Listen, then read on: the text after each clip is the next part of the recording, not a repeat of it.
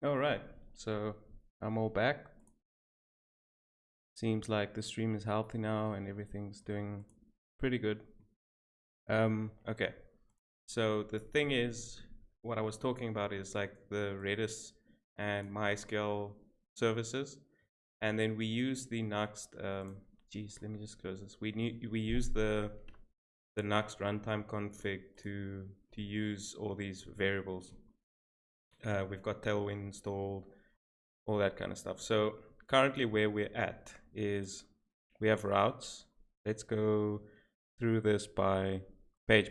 So we have the home route, which is basically just like this small little view page. And basically it just says welcome and then read the docs, which does not exist. And it's using the NX button. So the NX button lives inside the components. And as you can guess, it's just a button, literally a wrapper button. Basically just to not have to write all these styles over and over. Then I have a thing called NX Flash, which we'll get to, and the navigation bar that has some things. But I think the best way to showcase this is just to run the server. So let's just check the status. Looks pretty good. Is Docker spinned up yet? So if you missed the first little stream, basically what I'm building is like a Nuxt starter project. So you basically you start this project, you can clone it, whatever, and it gives you like a lot of things out of the box, where usually that's like the pain point of starting a new app, like Auth and logging in and registering and sending confirmation emails and having two-factor authentication. All that kind of stuff is sort of just a pain to set up. And if you have a good starter, then it might be much easier. Let me just see if I can find the pop-out chat, which I lost. I'm gonna close that and get it back. Yes. Okay. So basically I'm building like this crazy Nuxt starter type thing. So let's go, I'll just run dev. Oh wait, first we have to start the Docker compose up. And if you missed the first little piece of the stream, this Docker thing is not a requirement. It's just an easy way for me to have the database run, because I code on several different machines. Like I have a Windows machine, a Linux machine, and a Mac OS. Like I have a MacBook Air M2, whatever. And this just makes it much easier to run the databases. Now I just need to make sure that that is up and running. All right, Docker is up and running. Oh, this is taking forever. Actually, I don't think I want to run it inside VS Code's terminal emulator thing. Maybe I should run it as a separate process in like Windows terminal or something, because this is Windows subsystem for Linux. So let me open that up and then clear. There we go. Okay, so that seems like it's working. Yeah. Okay, then we can run the Nuxt app. So just run dev. Just so I can show you sort of like visually where we are and what we're doing.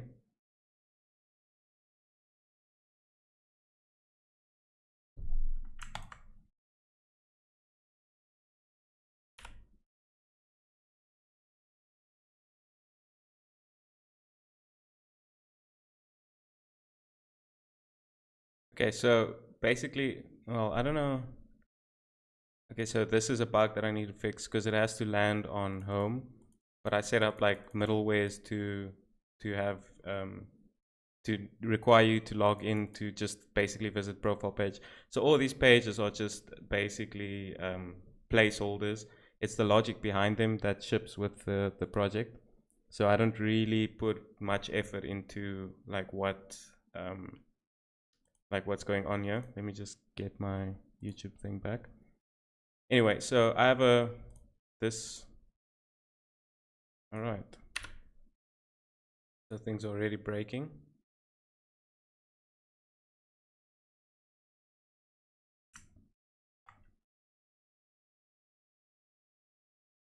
Let's look at login. So no user found. I probably deleted the database, so maybe we should register. So let's go there and then just say Kaizen and then kaizen@kaizen.com. And let's just do, I mean, this is local, so I think definitely there's an issue with the database now running on Docker. It's great to start off this way, it just makes it fun. Try that again. So I can get some errors in the console.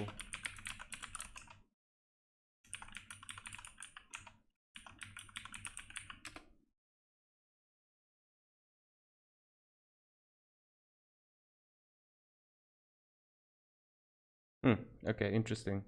So it's, I can show that.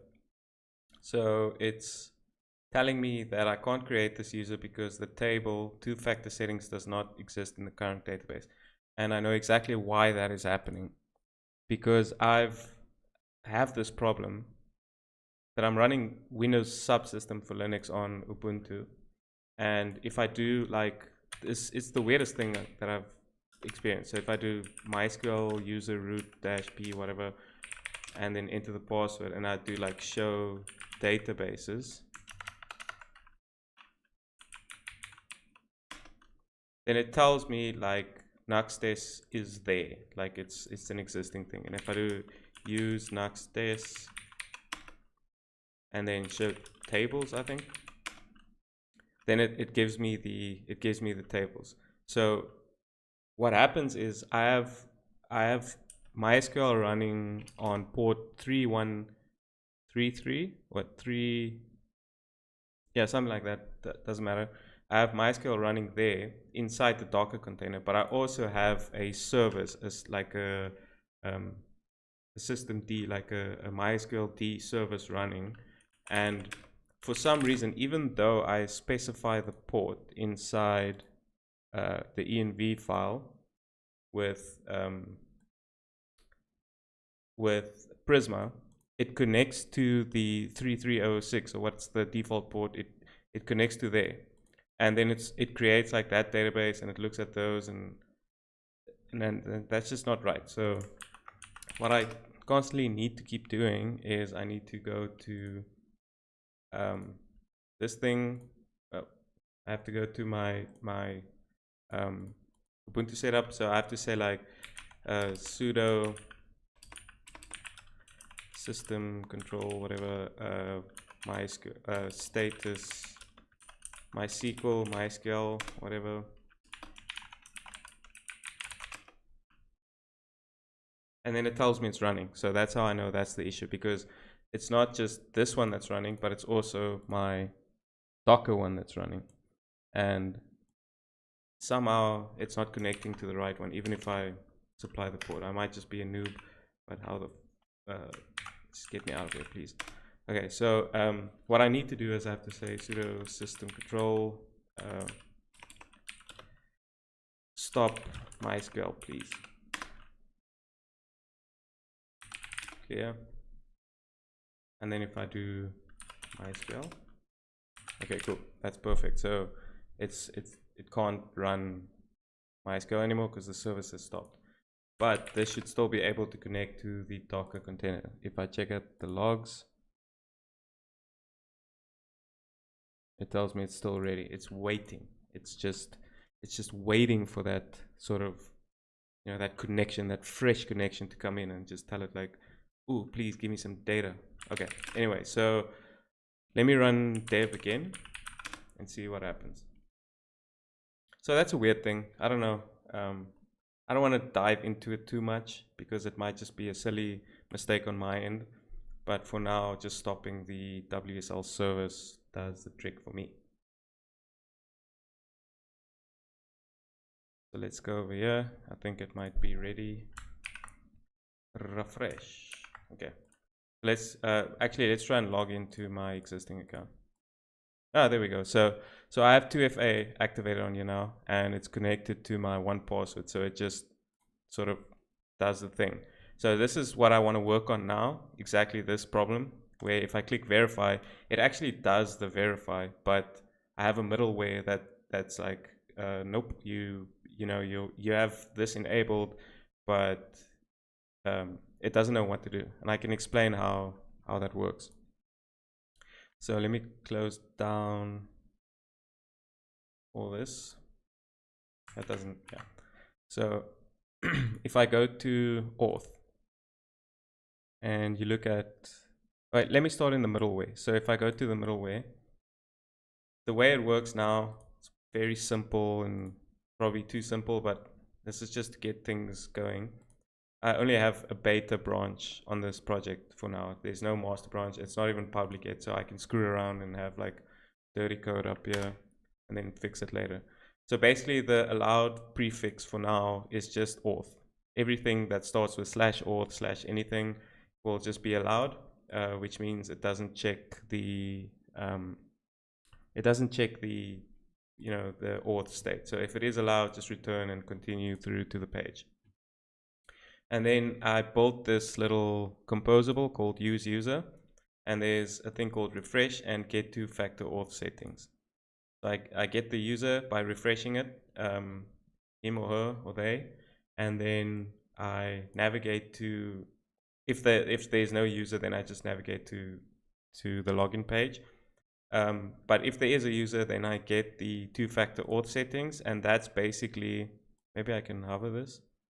Okay, so I can't. So basically, that gives you like a secret, a QR code URL, which is basically like a Google Graph URL that generates a QR code for you, and it gives you the auth URL. So if two-factor settings is not enabled, or if it is enabled, then we redirect to auth. So this is where it ends. So what's happening is I have this rule that says if we have two-factor auth enabled, no, don't do that. If I have two-factor auth enabled, then even though the user is there and it exists and whatever, they first need to like confirm their two-factor authentication. And I'm thinking this might require a database migration. So I can show you the database as well. First, a sip of beer, because I think this is like thinking juice.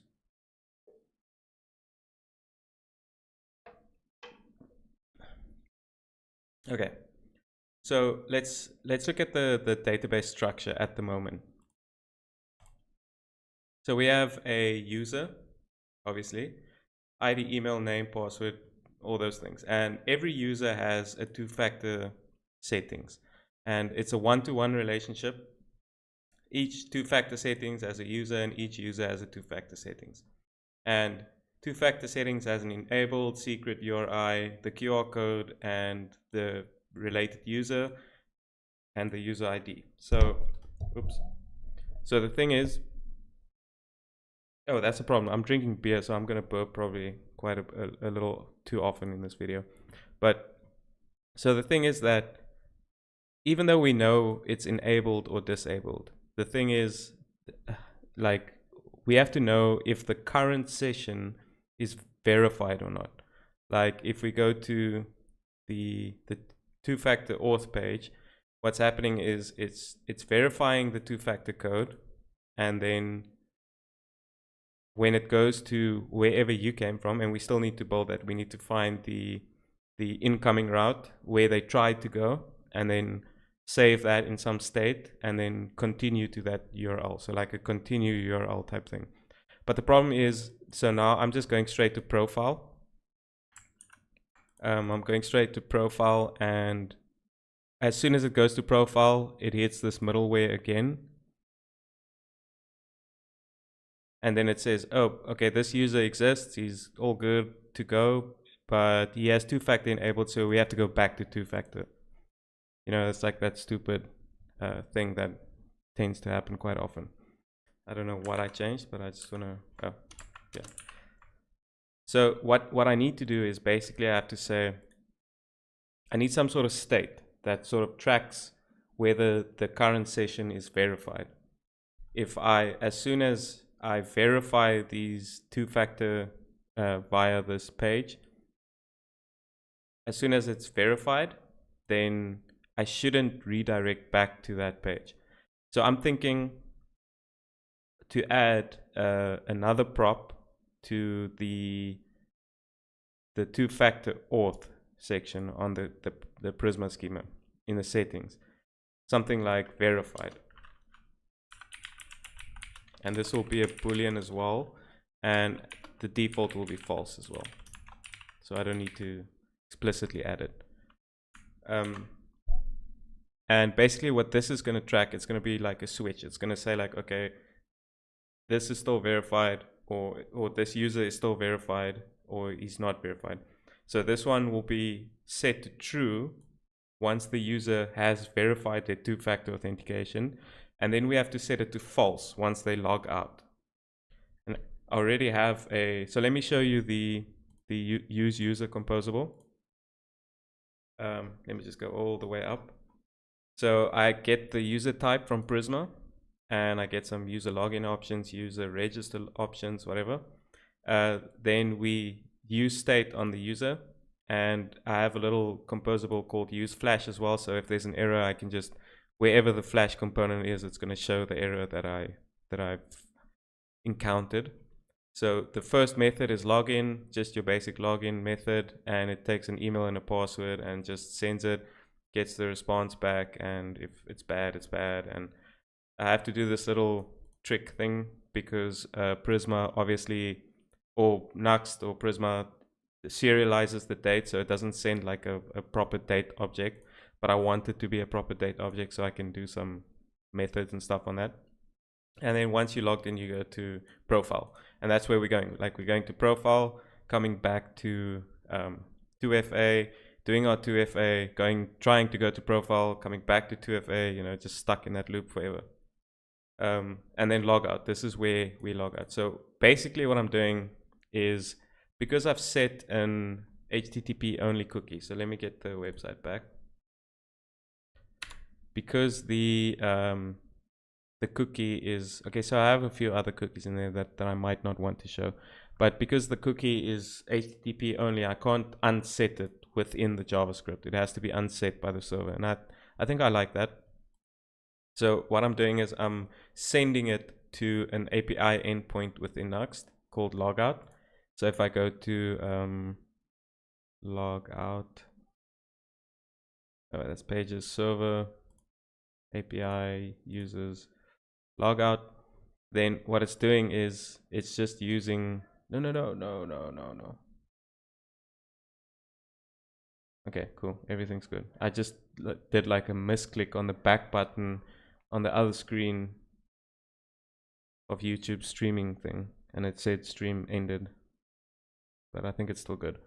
All right, so when I hit this endpoint, so I'm basically making a full browser request towards this endpoint logout. So if you manually type in /API/auth/logout into your browser, it'll log you out.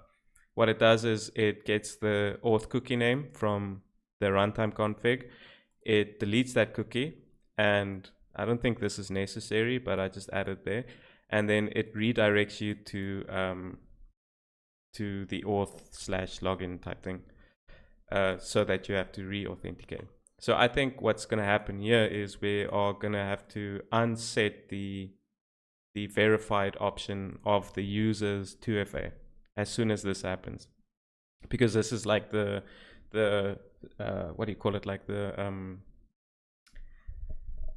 center of control for logging out and de-authenticating a user.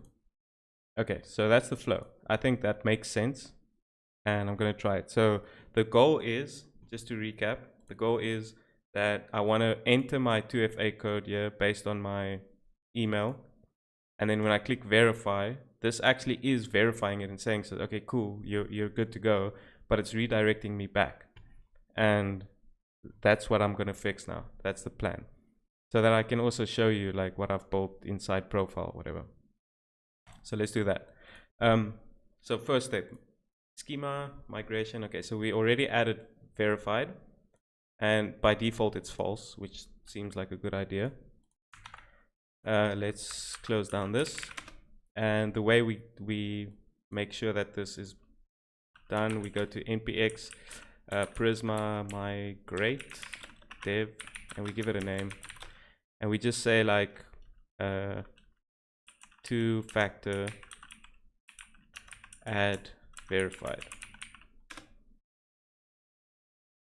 Boom, boom, boom. Everything is in sync.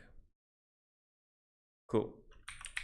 And I also like to check out the SQL that they generate.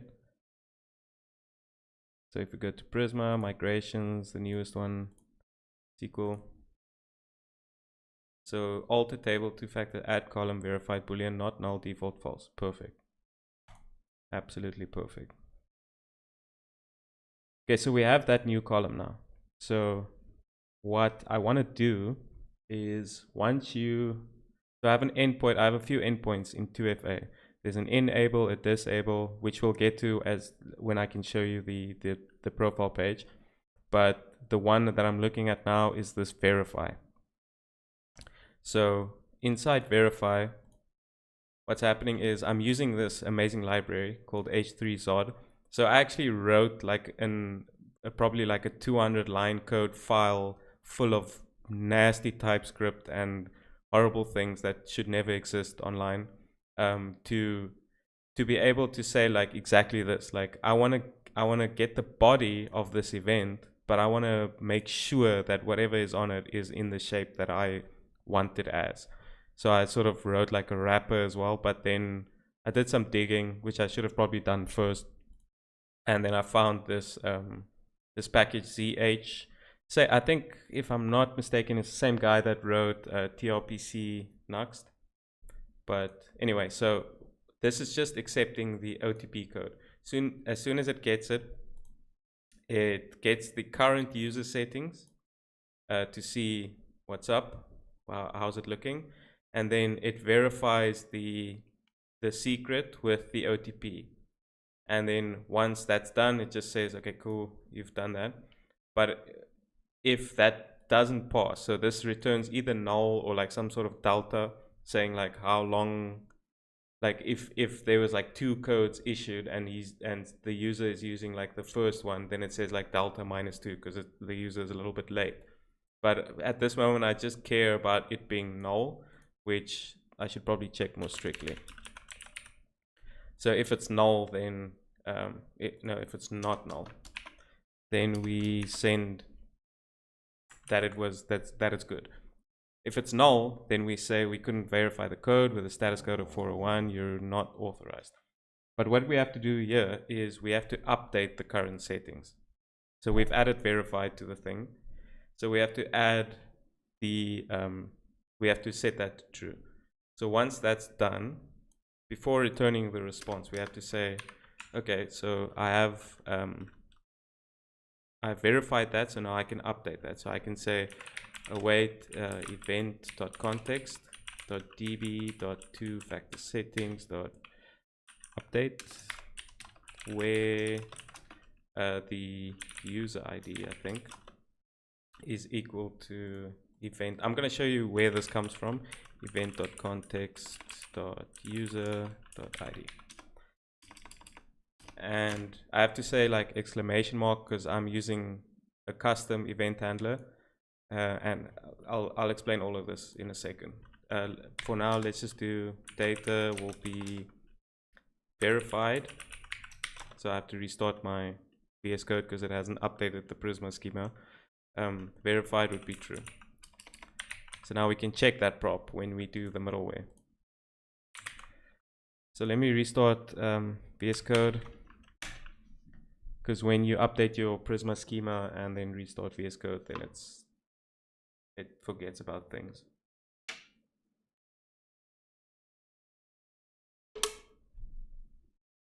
And then you end up doing like npx Prisma migrate pull, npx db pull, npx migrate, npx everything, and then it's just not working. Like, why the hell can I not use this? Have I screwed up my database? In the end, it's just like a little reload of your IDE, and then it's all fixed. Okay, so let me explain this section. So define auth event handler. This is not something that exists in Nuxt. This is something that it's like a little wrapper. So let's look at the server middleware. I have one, which is the database, and that's why I can do event.context.db, is because I define that on as the Prisma client, and then I just set the client on the context. So that'll always be there. There's no like if, buts, or maybes on that. And then auth, why does this work though? Because I've been having trouble with JSON Web Token. That's interesting. Let me explain why. Because in login, API users login, you'll see that I have to do this. Because if I do like import star as JWT, this works, but as soon as I do this step, then it throws an error, sign does not exist on JWT. So it's probably something with my tsconfig or my bundler or whatever. But for now, this works, and I'm just gonna do this. No idea why it doesn't work here, but it works here. How do I use JWT though? I'm verifying the token. Yeah, so that makes sense. Anyway, so what this middleware does is it gets the cookie from the event, which is like a JWT, and then I'm reassigning token to cookie. Why am I doing that? It's unnecessary.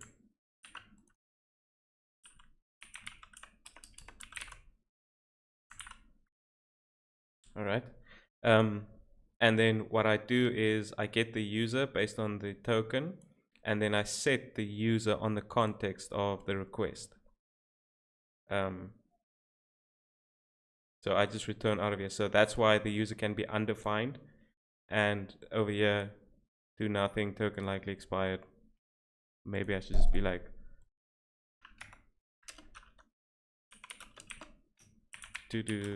maybe do something at least. And then so the user can either be on the context or not. So if we go to 2FA, you'll see that I use this define auth event event handler, and that is like a little utility that basically just wraps define event handler. It accepts the same type of callback that event handler does with a generic type, and then it returns that. But before it calls your callback, it checks if the user exists or not. So that's why I can add the bang on it, because I know for a fact that if I use this, then the user does exist on the context. And I don't feel like diving into how to make TypeScript know that. It just seems like a headache. Yeah, so I just use the bang. And then I call your original event handler with the event that has been paused. Okay, so that makes sense, hopefully. We were at verify. So now we verify the OTP, but we added, did we add it? No, we haven't added yet. Wait, what's happening? Yeah, we did. We added this. We said that, why is this blue though? Anyway, we're updating the verified status. So now what we can do is we can go to the middleware on the client side, or the non-API side, and we can say that instead of just being enabled, so if it's not enabled, or if it is enabled and it's not verified,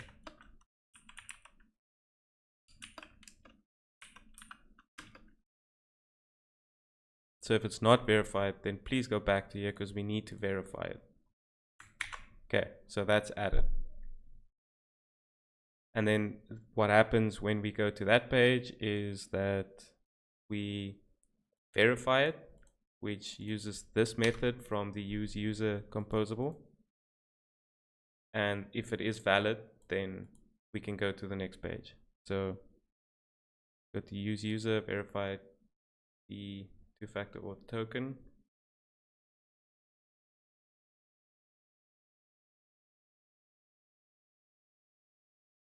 We send that to verify, which we just updated. Once it's verified, it actually sets that, so that should be fine.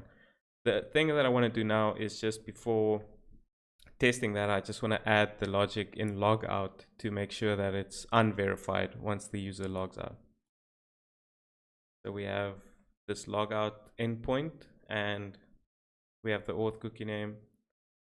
It would have been nice just to keep this like lean like this, but now we need to fetch or update the thing, and we have the user on the endpoint.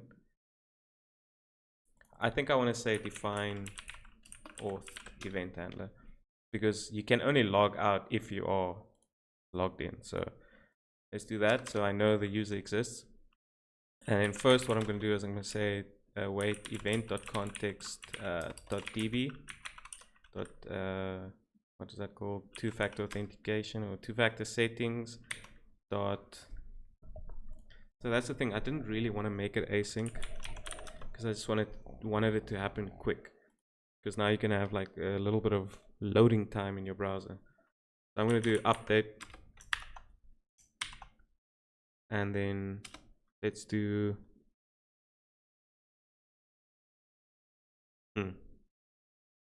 where am I? Okay, so where the user ID is equal to the event.context.user.id, right? And this is to be a whoppang. And then we say verified false. Oh wait, data verified false. So I think that makes sense. And by the way, we are drinking a Namibian made beer, Tafel Light. There's no sort of controversies about that or anything. Looking at Anheuser-Busch, but actually, funny thing, I think Anheuser-Busch, Anheuser, whatever, purchased a large share of Namibian breweries, because I'm pretty sure Namibia is very close to like Czechoslovakia in like beer consumption. Like by the time you're 16, you're supposed to be able to drink 3 liters of beer and still fill in a crossword puzzle with no problems. So anyway, that was a little bit of a side thing. Okay, so we're setting the verify to false once the user logs out. A part of me just wants to do this. I just want to say, like, don't await me. I don't care if you fail or work, because I don't want to wait for this thing to happen while the user's browser is spinning. But that can cause like weird issues. So for instance, if I log out and my browser's redirecting back to like the auth page, and this is still basically running while that happens, but it fails, then I'm still verified. So once I try and log back in, it's not going to work, or it's actually just going to take me straight without even asking for 2FA. And I'll never do 2FA again. Okay, so I think this is necessary. Definitely necessary. This is not a promise, right? No. And then redirect. Okay, cool. So I think that should maybe do the thing that we wanted to do. Just reload this. Oh. Did I break? Okay. Let's start the server. Get it back up there.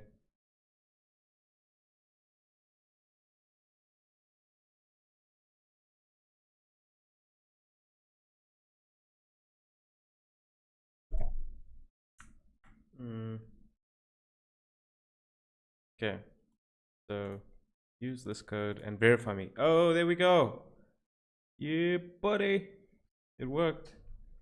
Let's do a puggy dance. Puggy dance.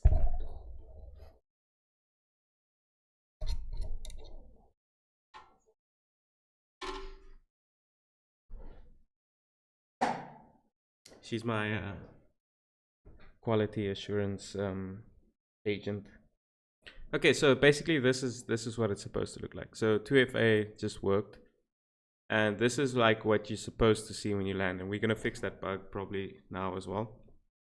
Read the docs doesn't do anything because I literally coded this whole thing in like a few hours, and I'm not gonna spend time on writing docs. But so once you log in, so now I can log out and then try and log in again, and then enter my code and then verify. Cool. The two-factor auth works. That's awesome. You can update your personal details, and then in security, this is where the 2FA thing happens. You have security settings with like updating your password, and I'm going to disable this now, and that happened. So this is so cool though. Like, just, I don't know, it's so simple but so cool. Account doesn't exist. I haven't done that. That's for probably an upcoming stream. And my idea with account is basically just to delete your entire account. It's probably no reason to have all these things, and I know it looks ugly as hell, but yeah, I just want to get the features out there. There is some like, I hope there's like some. Oh, I don't think I hooked that up. Like, let's. Okay, so the QR code is there, so you can use your one password and say like scan the QR code on the page or paste your thingy and then enter the OTP that's given there. So if I just use the one that's hooked up already, it should work. Boom, successfully added, and then now I have two-factor auth. So if I log out, try to log in again, I can't go anywhere until, oh, can I log out? Yeah, cool. So until I've done this, I cannot go anywhere. So verify, boom, takes me to the profile page. So that bug is fixed. I'm not sure if I'm gonna stream much longer after that, but one thing that I do want to fix is, and I have to make sure that even though like now I disabled it, so let's try that. Like when I log out and I try logging, it shouldn't take me to 2FA now. Just take me straight. Okay, perfect, that works. But the thing that bothers me is that when I load the page, this shouldn't be an authenticated page. And the simple fix for that, very plebeian fix, is to go to the middleware. And so I'm checking like allowed route prefixes. But if I just do like this, then it's gonna allow every route. So it shouldn't be a prefix, but the home route should be allowed to exist. So I think I'm just gonna do like a fully hard-coded type thing. If is allowed or the 2.path is very equal to that. Just don't worry about it. Don't block me. Right? So let's see. Okay, so that's interesting. So it said log in instead of log out. Okay, so if I log out and I try to go to home, okay, so that still works. But if I go to profile, it's asking me to log in. So if I reload this page, it should take me to this page. Perfect. And then read the docs should take you to like the docs page, which could be added as a prefix. Probably Nuxt content or something that we can use to generate that. But should probably exist on a different domain.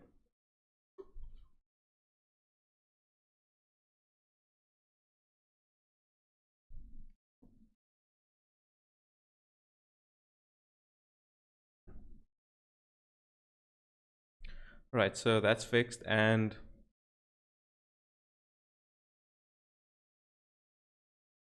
Oh, hey. Abdelila. Ooh. And stand roads. Usually roads lie though. So why is it like standing roads? Sorry, I'm drinking beer, so my brain's going to places. But what's up? How you guys doing? Guys or goals?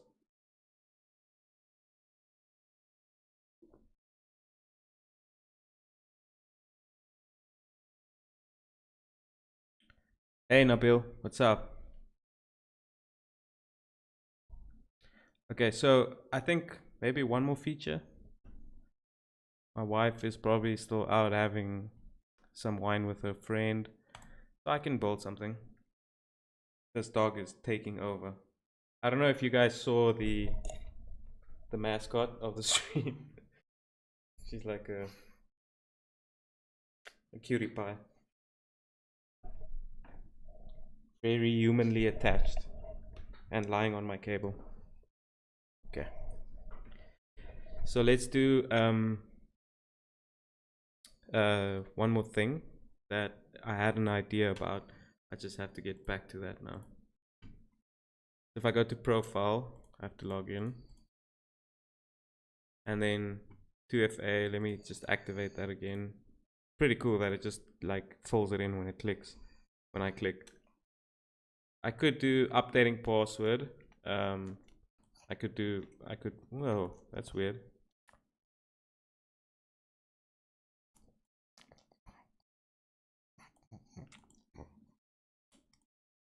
What just happened over there? There was like some sort of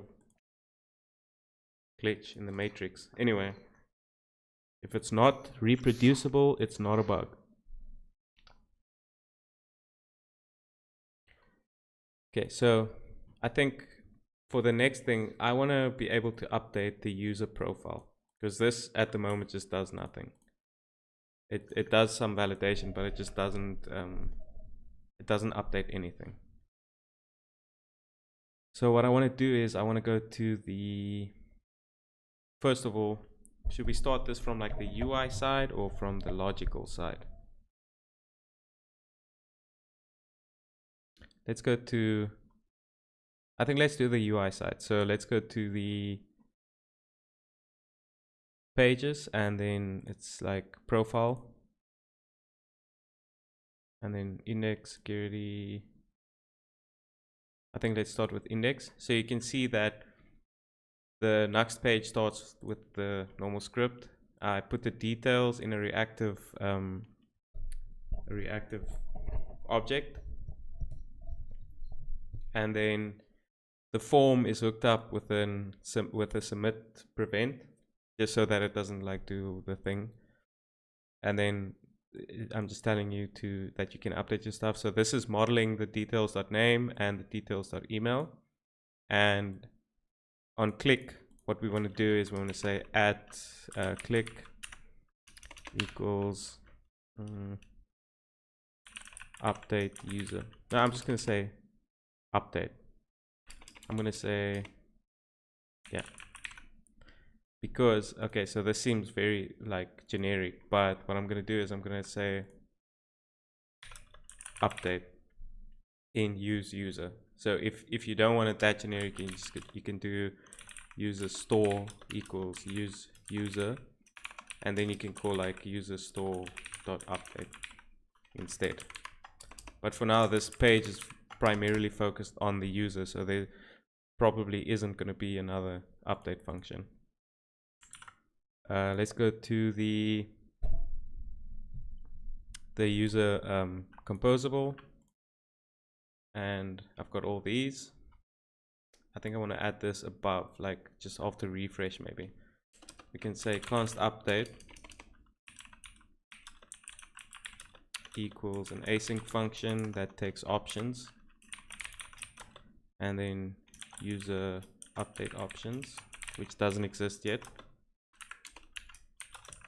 And what we want to do is, I've thought about using Zod on this side of things as well, but I think it's a little bit, what do you call it, like sort of overused, because the server is going to validate this. So all I want to do now is define this type, user update options, I think.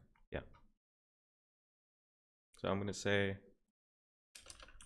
type user update options is equal to, so at this stage, basically we should only define what we are able to update, and the user can update their name, but it's optional, which is a string, and they can update the email as well, which is optional, but it's also a string, and they can probably update their password, but I think I want to put that in a separate method, because updating a password doesn't just accept the password, the new password itself. It accepts like the current password and the new password, so that we can check, have you entered the correct password, so that I know what's, you know, you're not being sketchy. So I think there's going to be something like type user password update options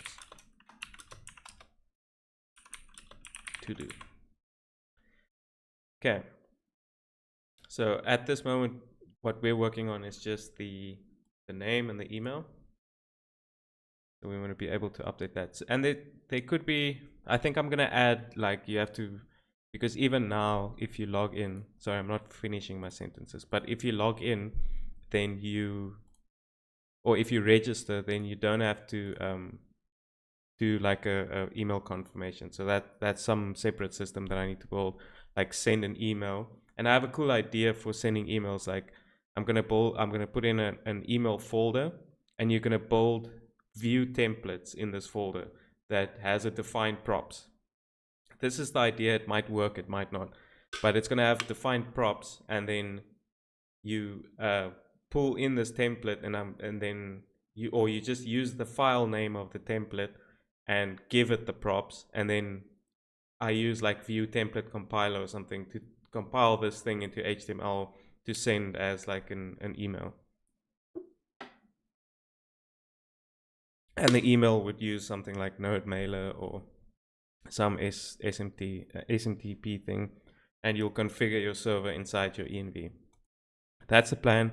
If that doesn't work, I'm just gonna fall back straight to like what was that thing called? It's like handlebars, but something else. EJS, just like a templating thing for HTML, JavaScript stuff. Anyway, so we're busy doing this.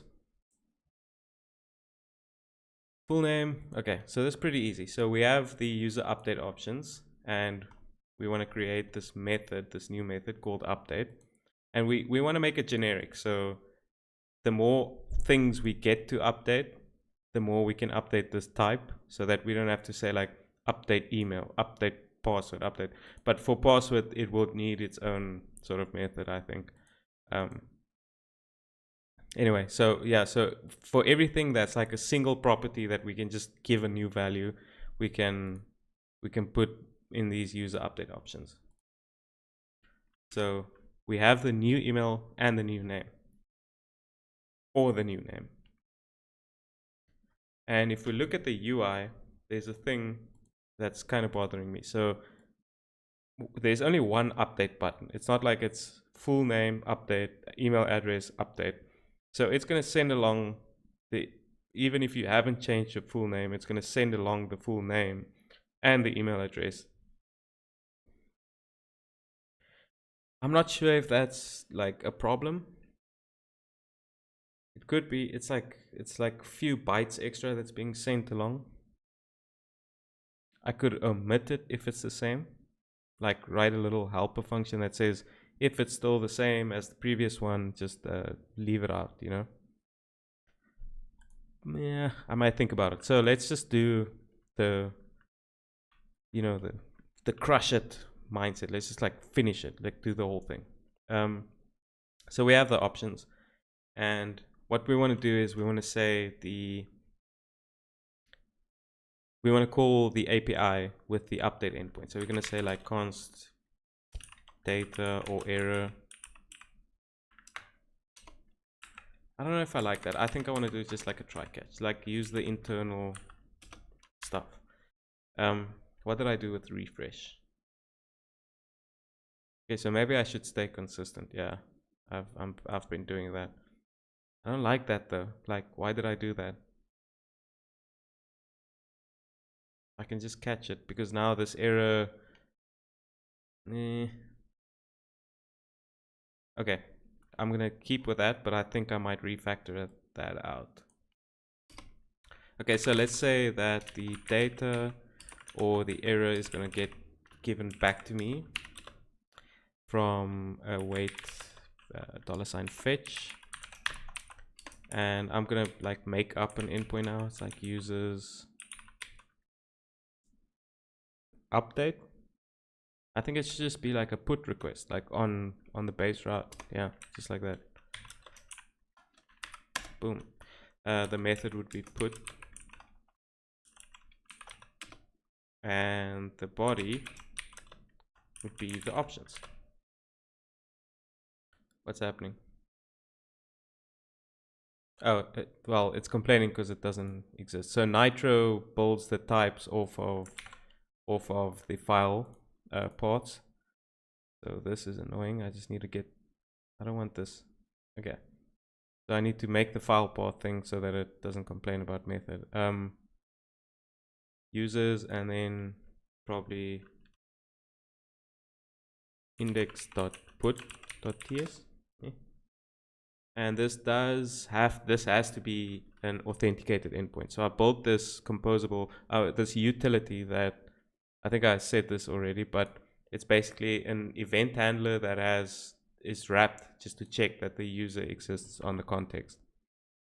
So I'm going to use that. I'm going to say export default, get out of my face, default define auth event handler, and this takes like an event. And what I want to do is definitely pass the body with validation.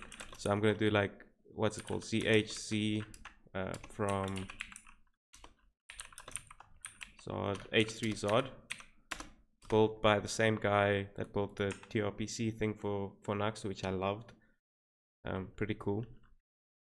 And let's do const data equals await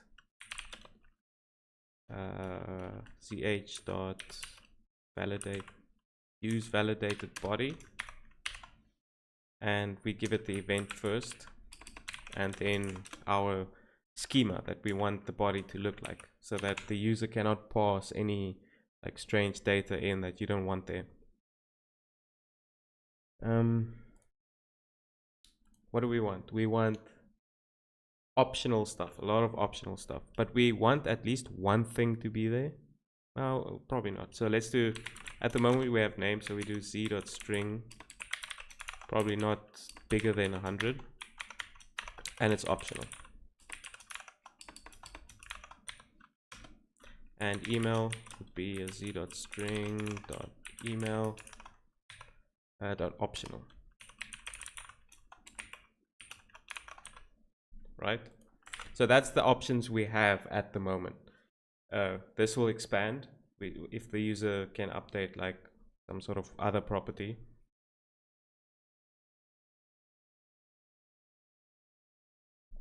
And there will be a few like ifs in this thing, because I just want one endpoint to update the user, and based on what's being updated we can change the logic. So if the email is being updated, eventually we'll have to like check, is this a valid email, or send a new confirmation email and say like email confirmed is false on the user, etc, etc. But for now we can basically just check if this thing is empty, because both are optional. So if there's nothing, then there's no need to update the user.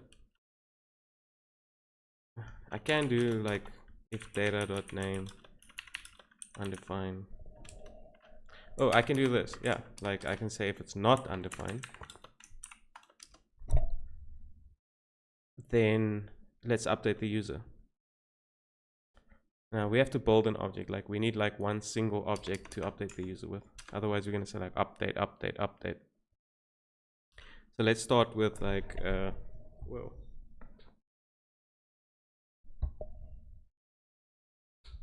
We've got a very unstable bug over here. Just trying to find a spot.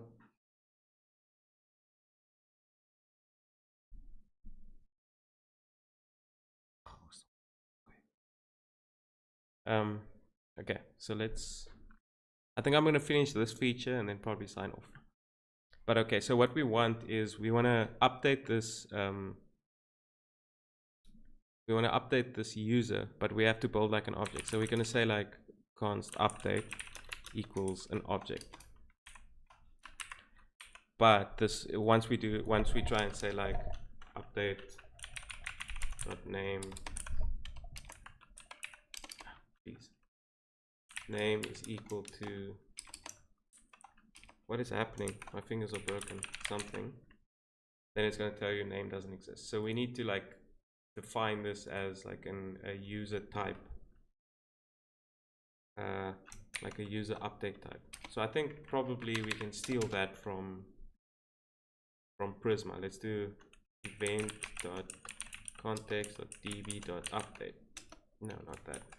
.user.update. And let's see what type it expects. Whoa. This might be a little bit too difficult. You know what I'm feeling? What I'm thinking? The forbidden word. Nobody likes that in TypeScript. Okay, I'll figure that out eventually. Okay, so let's do if the data.name. I don't like data. Maybe payload. Even worse though. Anyway, if payload.name is not undefined, then what we want to do is say, we want to say like update.name equals payload.name. Please stop. And if payload.email is not equal to undefined, then we say update.email is equal to the payload.email. But we're going to add a big to-do over here. Scroll up. To-do, please do email validation. Bruh.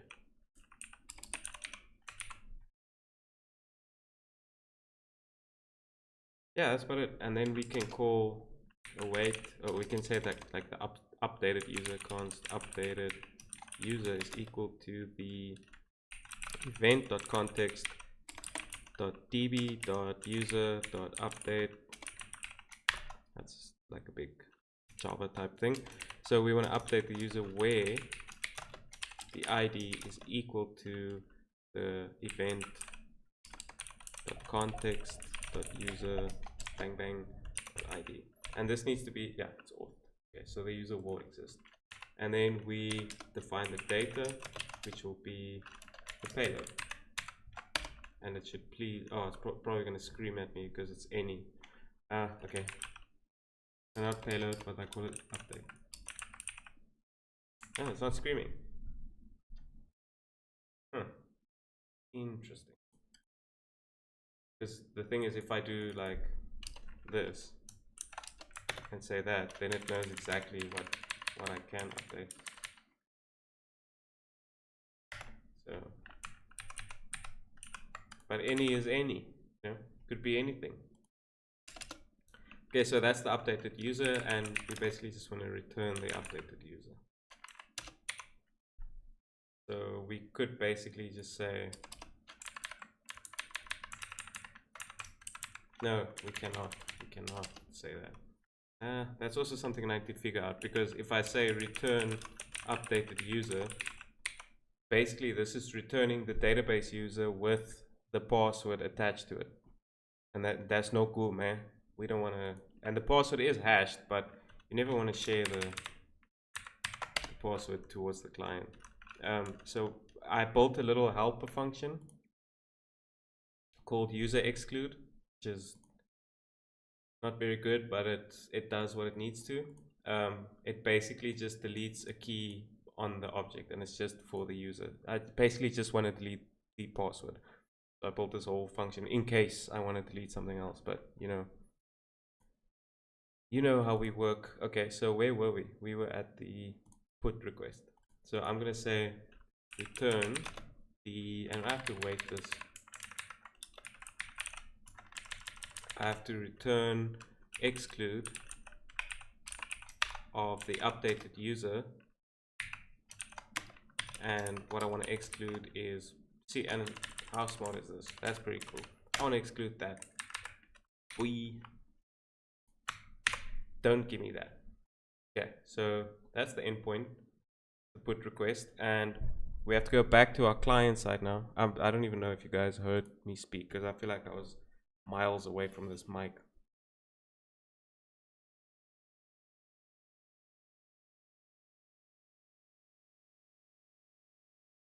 So what I want to do is I want to add like where was I? So I have to add this, yes, in the user composable, and I'm working on it. I just haven't returned it out of here. So this exists now. This is an endpoint that exists, a put endpoint, and it understands that.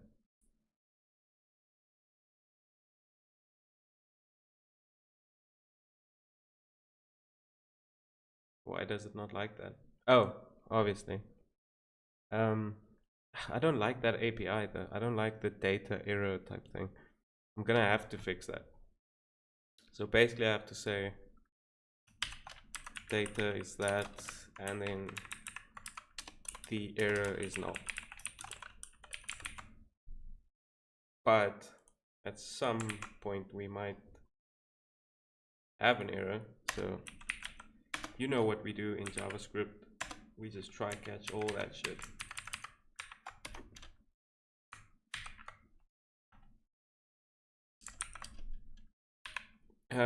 Okay, so then I return data is null and error error as message. I mean error dot message. Terrible. That's terrible. I mean, if something goes wrong in the database, it's gonna be like if this fails, it's gonna say cannot update user with blah blah blah, and it's like invalid foreign keys on this thing and that thing. So I should probably just add like a custom in. Like I need to.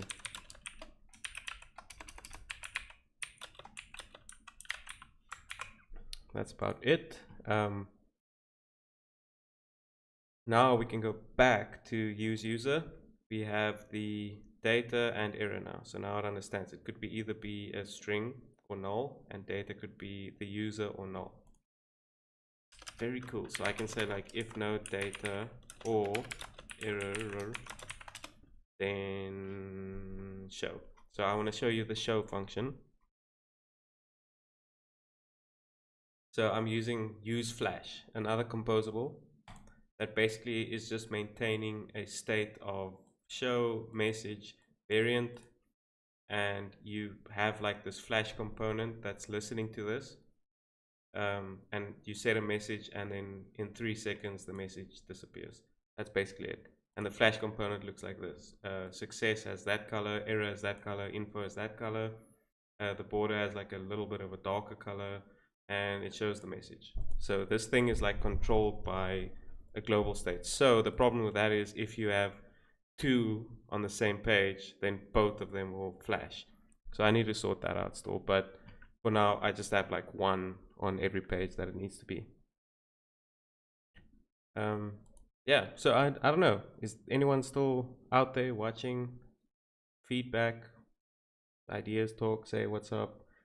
I don't know, because I might shut this down soon. But if there's like interest or people are enjoying it, then I shall continue. Okay, so we're building the.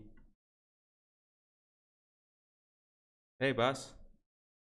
Bas van Eyck, are you from Netherlands?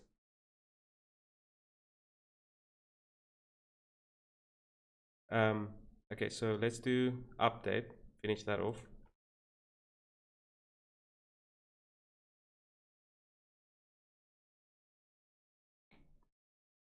Welkom, welkom. Ek kan net Afrikaans praat, maar dit is baie soos Nederlands. Maar bietjie anders. Much more common and inherited, if you know what I mean. Okay, so if there's no data or there's an error, then what we want to do is we want to show that thing, and we want to say, oops, we could not update, could not. Yeah, inderdaad. The thing is, Afrikaans is like a language that it's a lot like Dutch, but it's so like sort of reduced to like really flat language and very common. Like we say the nie, we say twice, like ek het nie 'n kar nie. So I don't have a car, don't, you know? Very like flat type of like language, but the thing is Dutch to us sounds like very, very high Afrikaans, sort of like the language nobody speaks except if you were like some sort of like aristocrat or something.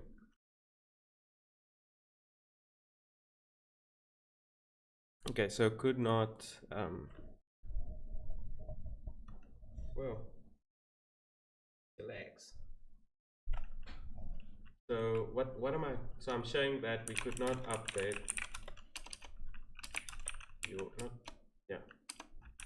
your details. Please try again. I don't know. This dog is getting very uneasy. I think I should just put her in a little spot on the bed real quick. Give me a second.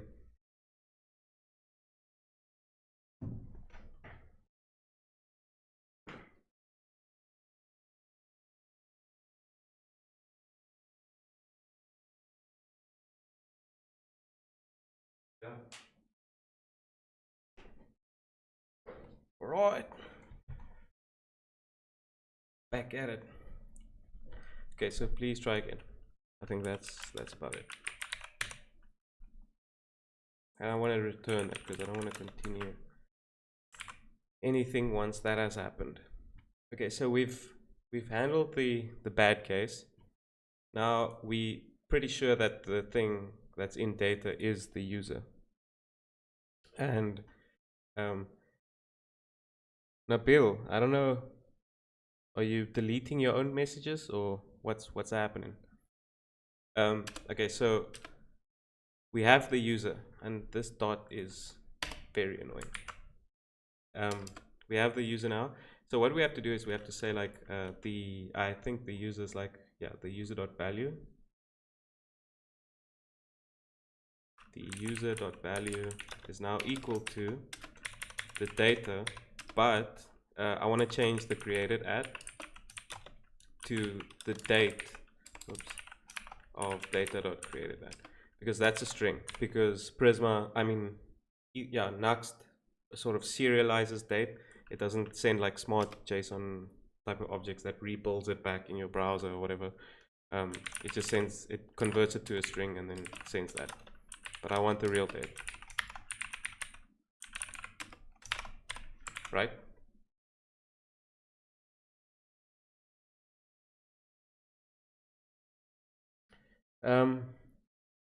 Say Sebeklis.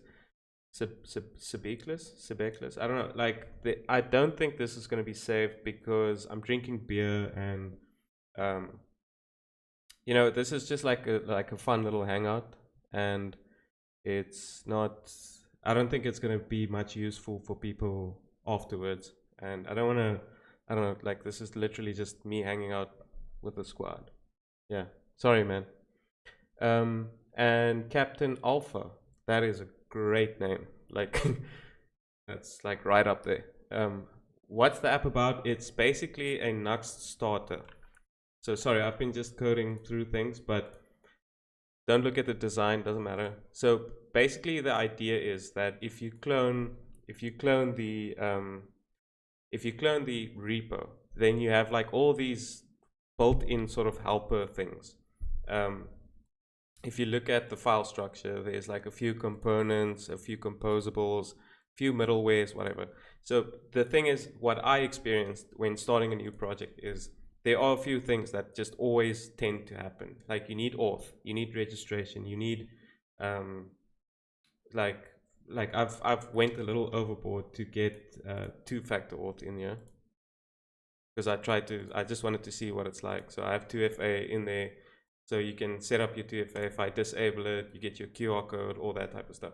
So I saw this I've been working on some PHP things recently, and I saw like, they ship with like a lot of things built in, and it's your choice. Like if you just want to go and say, well, I really don't give a shit about this Flash component, I'm just going to delete it. Or I don't care about two-factor authentication, I'm just going to delete that out of the repo.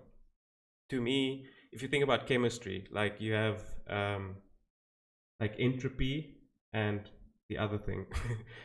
It was many years ago that I did chemistry, but I think enthalpy. So you have like entropy is easy, like to break things down is really quick and easy, but to sort of put them together is very time consuming and difficult.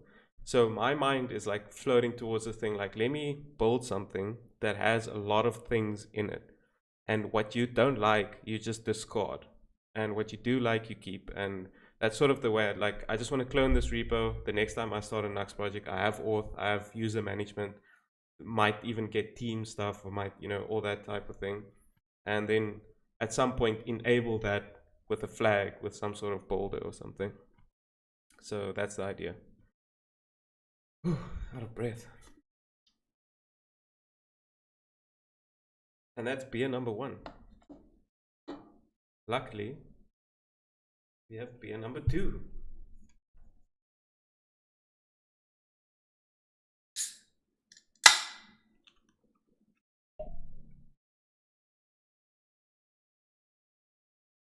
That's one thing I have to say about Namibian beer. It's probably the best in the world. And I know there's going to be a lot of people screaming at me now, but I've had, I think in the Netherlands, there's something called, in my language, I would say Oranjeboom, but in the UK, they say Oranjeboom. That was very close to our beer, and that was quite delicious. But, Heineken and Bud and all those beers, like, doesn't even come close. Doesn't even. But maybe it's just because that's how you grew up and your taste buds developed to learn that. And I'm over analyzing this, so I'm going to continue. Where were we? We were in the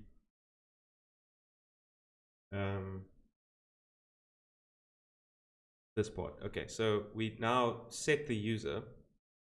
So that should basically do what we wanted to do. I think just for good measure, let's return the user.value so that we can immediately use the new user, because a lot of things depend on the reactive user. That will automatically update. Like if there's like some sort of UI state that depends on the user, that will automatically update. But I don't want to, if I call this function, then I don't want to like call the user again to get some sort of property. Just give me the thing so that I can use it, I think. Okay, so we've verified. I mean, no, wait, where are we? So we've put the new user, we updated him or her, and we go to the pages profile, and we have to export that function, of course. And cheers, guys. Thanks for the cheers. Yeah, Heineken definitely is a second to water. The strange thing is when I flew to I think it's Schiphol. It was like 3 o'clock in the morning or like 2 o'clock in the morning. And there's like this huge Heineken sort of bar thing over there. And there was at least like 15 people sitting there drinking like a 500 ml of Heineken. At first place, like you're traveling, you've just landed like a 14-hour flight. It's 3 o'clock in the morning. You're getting a 500 ml. That's fine. It's understandable. As a Namibian, I get that. Like you need your beer when you need it. But why Heineken? Like, you know what I'm saying?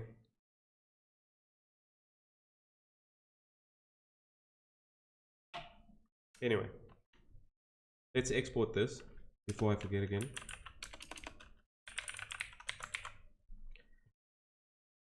So that should work now. And we are calling it here. But we can't call it directly because it doesn't know what the hell. Yeah, so we have to say like, it's also a weird kind of thing. Like, I just want to be able to say update, but now I need to make a function to use the things. What do I know? I can just say like update and then give it the stuff. It wants an email, which is the details. Nope, what did I call that? Yeah, details. The details dot email, and the name is details dot name.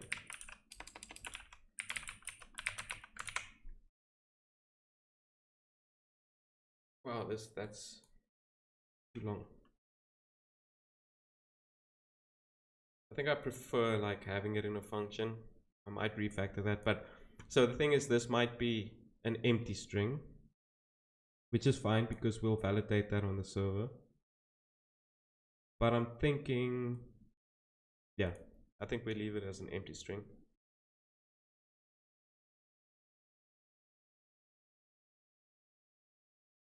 Cool, thanks for the suggestion. I'm gonna copy that and do like a little text file. Wait. Touch beer.text, nano beer.text, and then just paste it in there.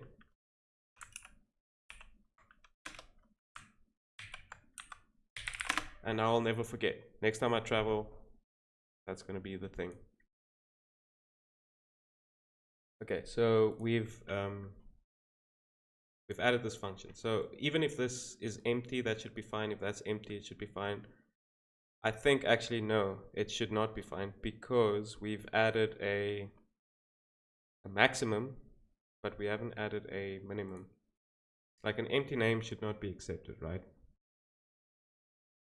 No, not login. I think register as well, but let's do the put. The max is 100, but it should either be undefined or like a minimum.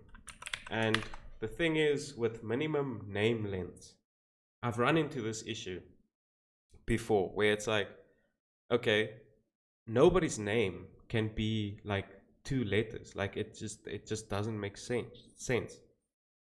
So, but it does happen. Like they are like 1 character names. So I think that's the safest route. And soon enough, you'll find someone that's name is Whitespace. Ooh, that's maybe not a very acceptable name. /s, backward slash, whatever.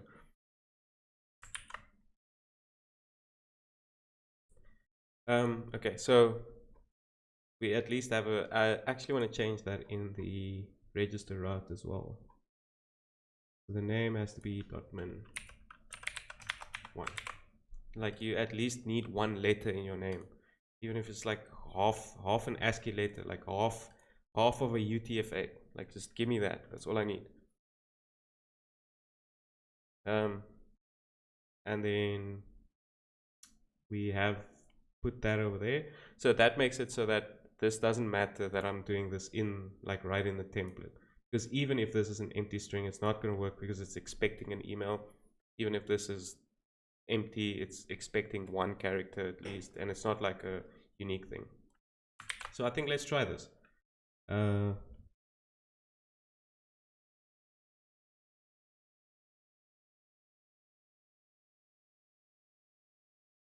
What's happening? Oh, did I stop this? Oh yeah, I stopped it to write the beer thing. PM.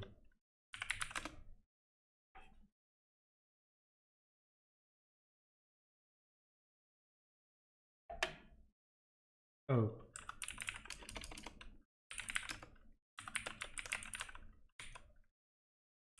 Nuxt case. Okay. So apparently, like 2/5 of a beer is a good point where I start making stupid mistakes.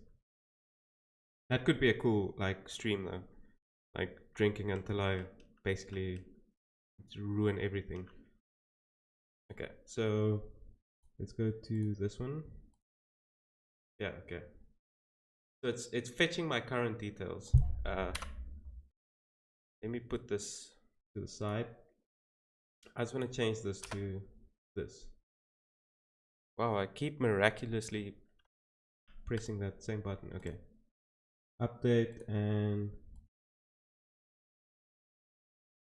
response is the new name. So that looked like it might have. Let's refresh. Hey, gangsta. Let's try and put like a non-email. So it's the browser's gonna complain. Yeah, because I use like built-in browser stuff. But that is an issue. This shouldn't be gray and it should have like a little bit of a gap. Okay, let's try that again. In the profile index, this should have like margin top of 3. And it should not be gray. And the gray thing is not because of this, it's because of what's happening in here. In update. When I throw the message, I have to say what type of message this is. So I should probably make this a required thing because it has like a default now, so it's like, don't worry about it, I'm just going to show info. But maybe I should make it required so that I don't forget that. But why did it say that it couldn't update it though? Let's figure that out. Oh yeah. Okay, so if I do that, it's also not really supposed to submit because the browser is supposed to stop that. So let's go to the profile index. I'm calling submit prevent. Okay. I see what's happening. So I need a function. So I'm gonna say const update user profile is equal to async. The repo link. Should I make it public yet? The thing is, like, I don't mind making it public because there's nothing like important in there, but there's a lot of basically shit that I wrote. But let me give you the link that it will be, and then soon, once I just comb through like the crap, then I'll make it public, and it's called this.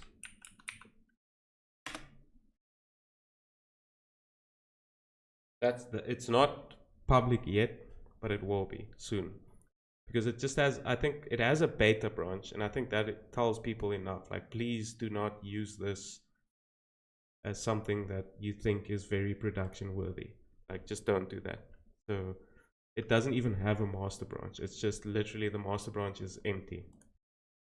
So I might make it public. Okay, so update user profile. Let me do that now. I'm gonna do that now, but the code that's up there is really bad. Wait, maybe.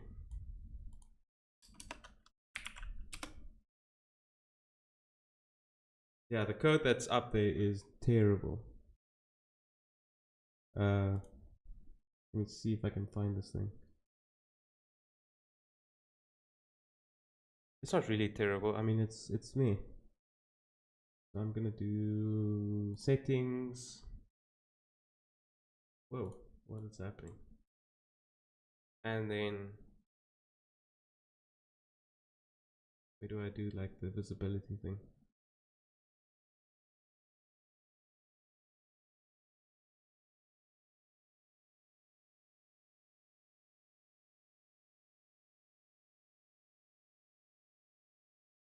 Yes, do that. Yes, I understand. People are going to make mistakes by using this. I just did that. Why are you? Are you kidding me? That's actually quite funny because whoa, that's the wrong thing. Because I just built 2FA into the starter, and then now they're asking me for like 2FA. Maybe 2FA isn't that wanted, but I just literally do it on login. Like not every single action you take. Like, whoops, you want to change something? Better grab your thing. Not your thing, but the thing that does the 2FA for you. Okay, so it's public, I think.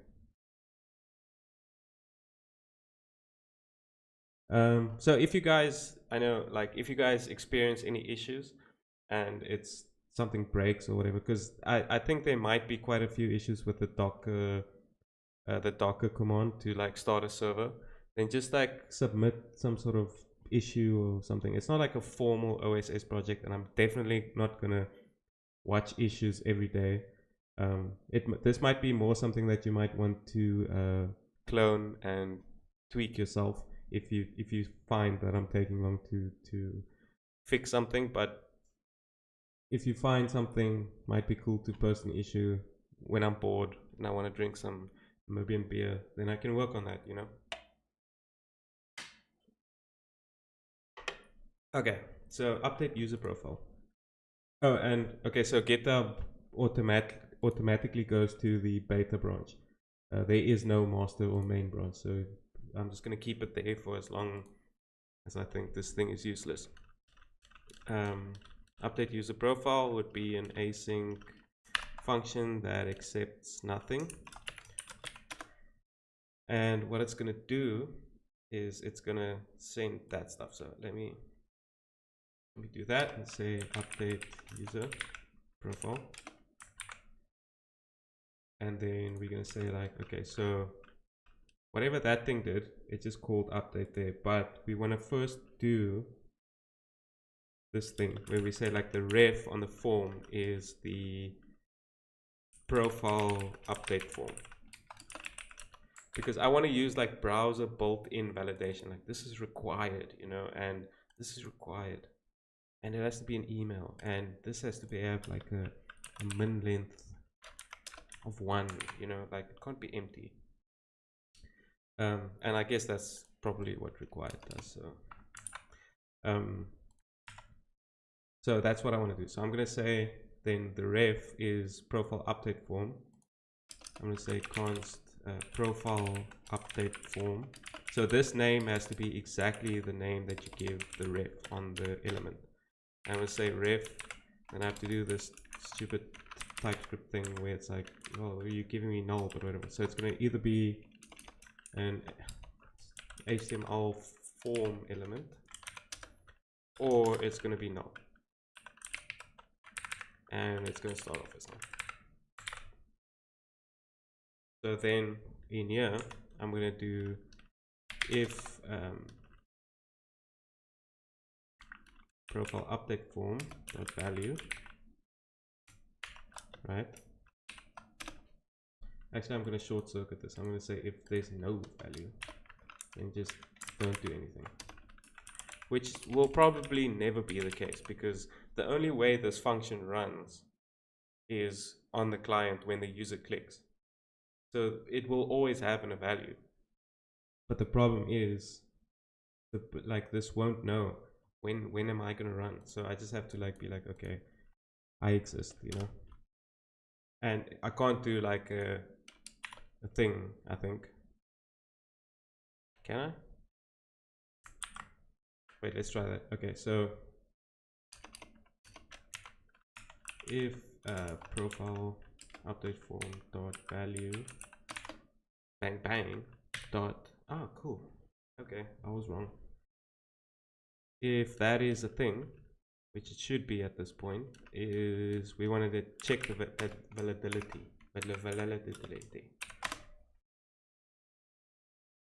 Right? Because now it's going to run like the client side stuff. Okay. So only if that's a thing, then we want to say that Yeah, cool. So it's already checking the user. So I can basically just do await update with the email. Yeah, so what I want to do is I want to say if the email is the same as the previous email, don't send that because I don't want to send more bytes than necessary, but whatever. So I'm just going to do the email is the details.email and the name is the details.name. Right? I don't need to check anything. And what I need to do is add that flash. Oh, I did already.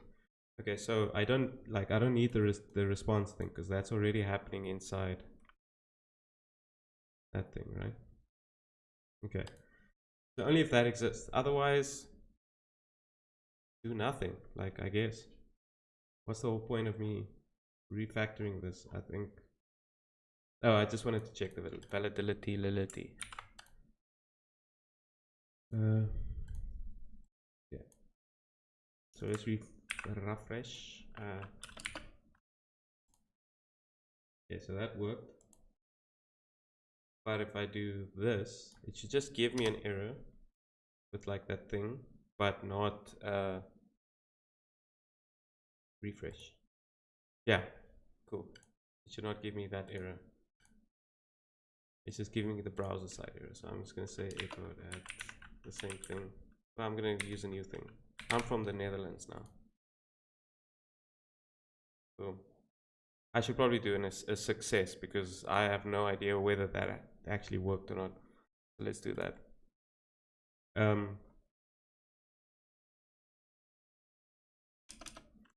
Let's say show and then successfully updated your profile, and then this will be a success.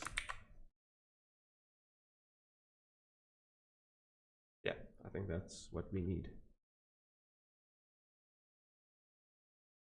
And now I'm gonna be in that place. Boom. Go away now. Okay, awesome. Yeah, well, I guess it works.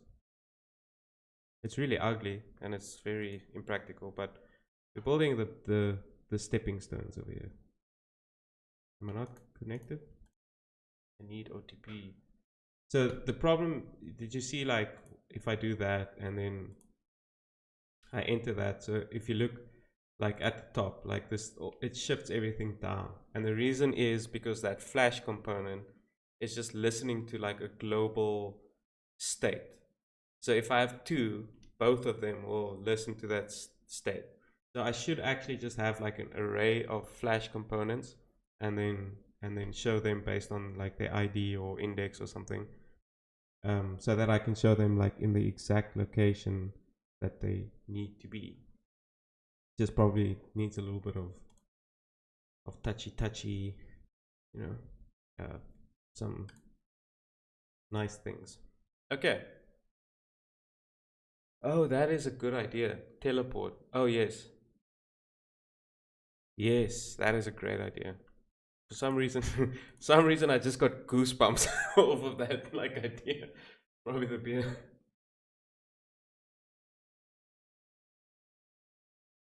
That is funny. Okay. So what I can do, that's a perfect idea, man. What I can do is, yeah, let's build a component. Okay, so we already have the component, and then what we're gonna do is we're gonna say teleport, and then we're gonna take it to the body, I guess. And then we need to make this like a somewhere in a relevant spot. I like bottom center, but I know there are people that like top right. If you're top left, then you're mad, you're crazy. Like top left, I don't know. Top center I can understand, but I think bottom center is just the best space. So the way I do that is probably by setting like fixed. I think fixed is the best one. And then bottom 1, 4 pixels now. Yeah, bottom 2 sounds better. And then left half. And we have to do that like that, minus translate x half.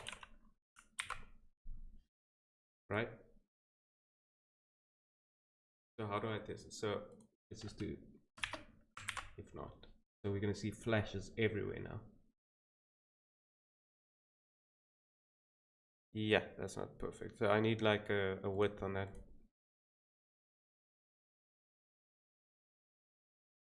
Oh, it does have, yeah, obviously a full width. It's not going to work anymore. So now it has to be like width.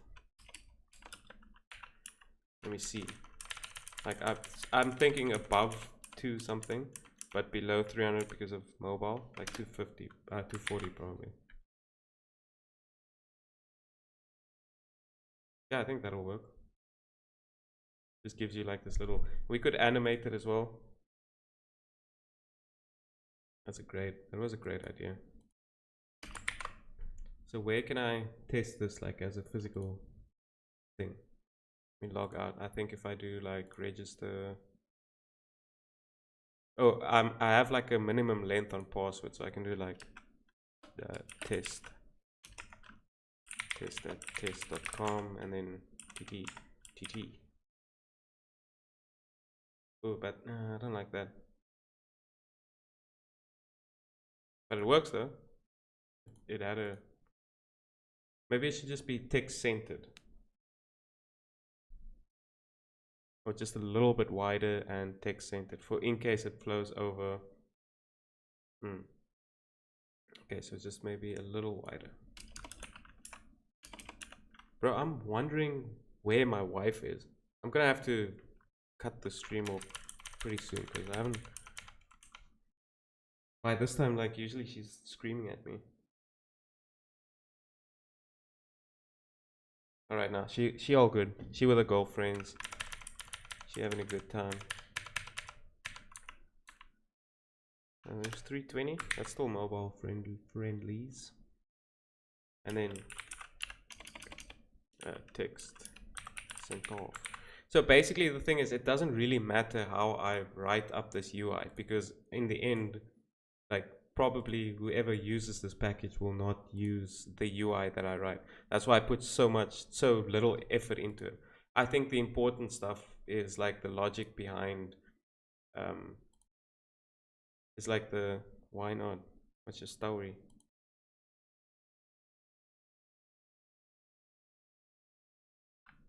What's happening?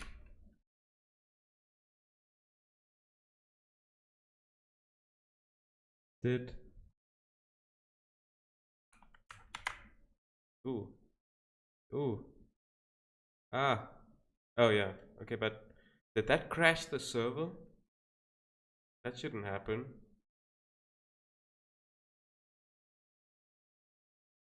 No, I just returned an H3 error.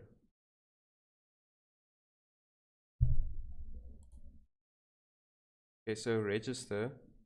The thing is, I sent a too short password. So okay, but yeah, so I'm sending a. Oh, I'm logging the error. Jeez, it's like why? What's up with the whole? Let me just test that again because I'm not sure.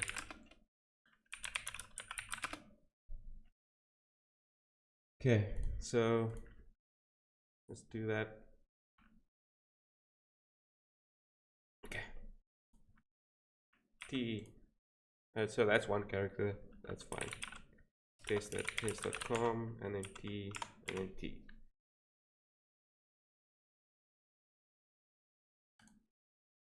Okay, nice and quiet.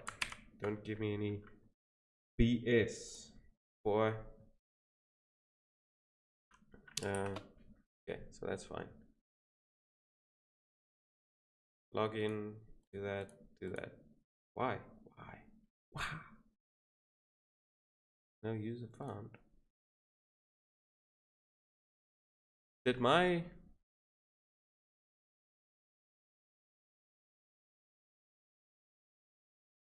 That is strange. Did my MySQL service just start up again?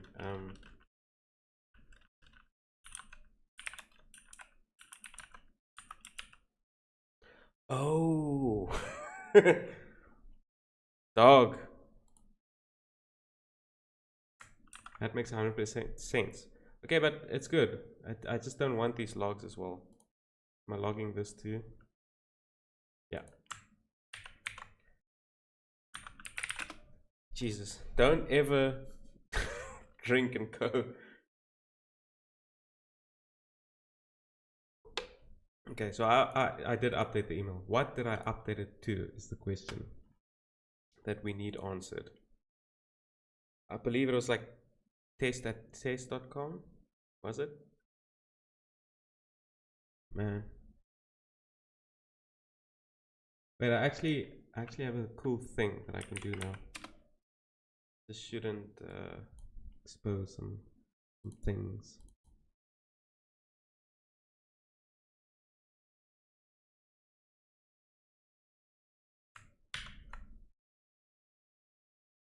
Okay, that's gonna take way too much time.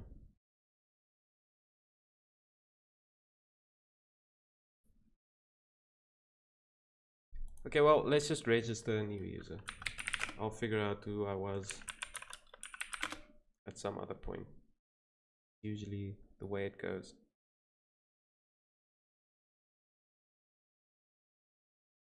Okay, perfect. Don't know that. My name is Shady.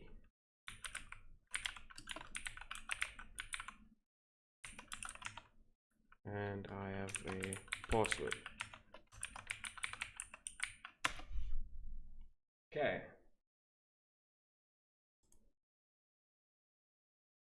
I don't like that it takes so long to produce that, but what you gonna do? This is Namibian internet. This is the peak of internet. Okay, so I think that might be about it, because I think it's just gonna get sloppy and messy from here on out. Thanks. How do I say your name? It's like Bas or Bas? And is it like Van Eyck? Because I have a friend that's surname is Van Wyk, and he's like WIJK, so it's Van Wyk, so it's Eyck probably. But yeah, thanks for all your input and help on this project. It was pretty fun, and I hope we solved some things. Let me actually do that. So Bas. Yeah, Bas. That's a pretty fucking dope name if you ask me. Got a lot of like strength to it. Okay, so I'm gonna commit this horrible stuff. We got some migrations. Yo, I'm not gonna go through everything right now. That's why like I was sort of skeptical to make this thing public. Okay, but that's fine. You just have to.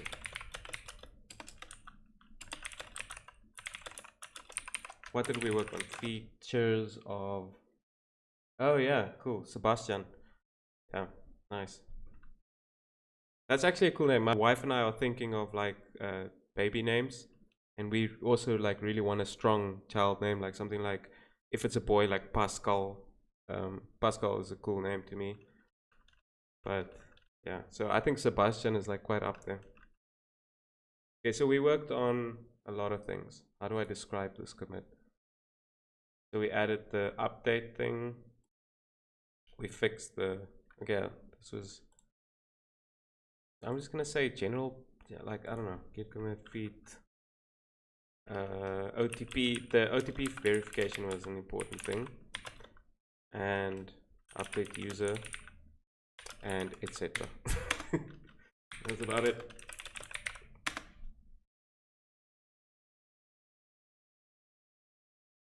Cool.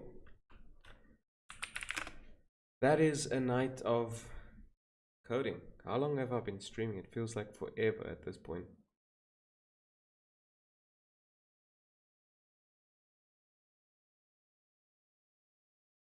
Pretty long. Okay. So thanks so much. I think I'm gonna sign off now. I'll finish my beer. I have to go cook and make some food. I'm not sure if my wife is bringing.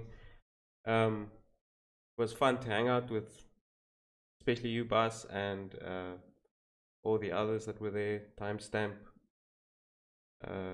Captain Alpha, also great handle. Nabil, everyone that was there, just thanks for joining, and maybe next time. I don't know, might be in a year or two. All right, cool. Cheers, guys. Have a great evening.